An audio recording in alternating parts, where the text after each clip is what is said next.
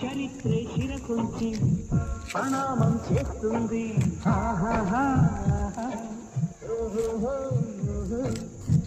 ధరిత్రికి చెలిమే ప్రమాణం అంటుంది.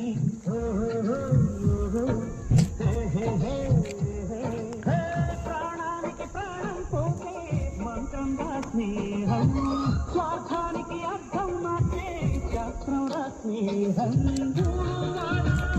అంటూ ఆశ్చర్యంతో చూపించే రాగం నేస్తం కాలం చదవని కావ్యం లోకం మొత్తం చదివే ఆరో వేదం.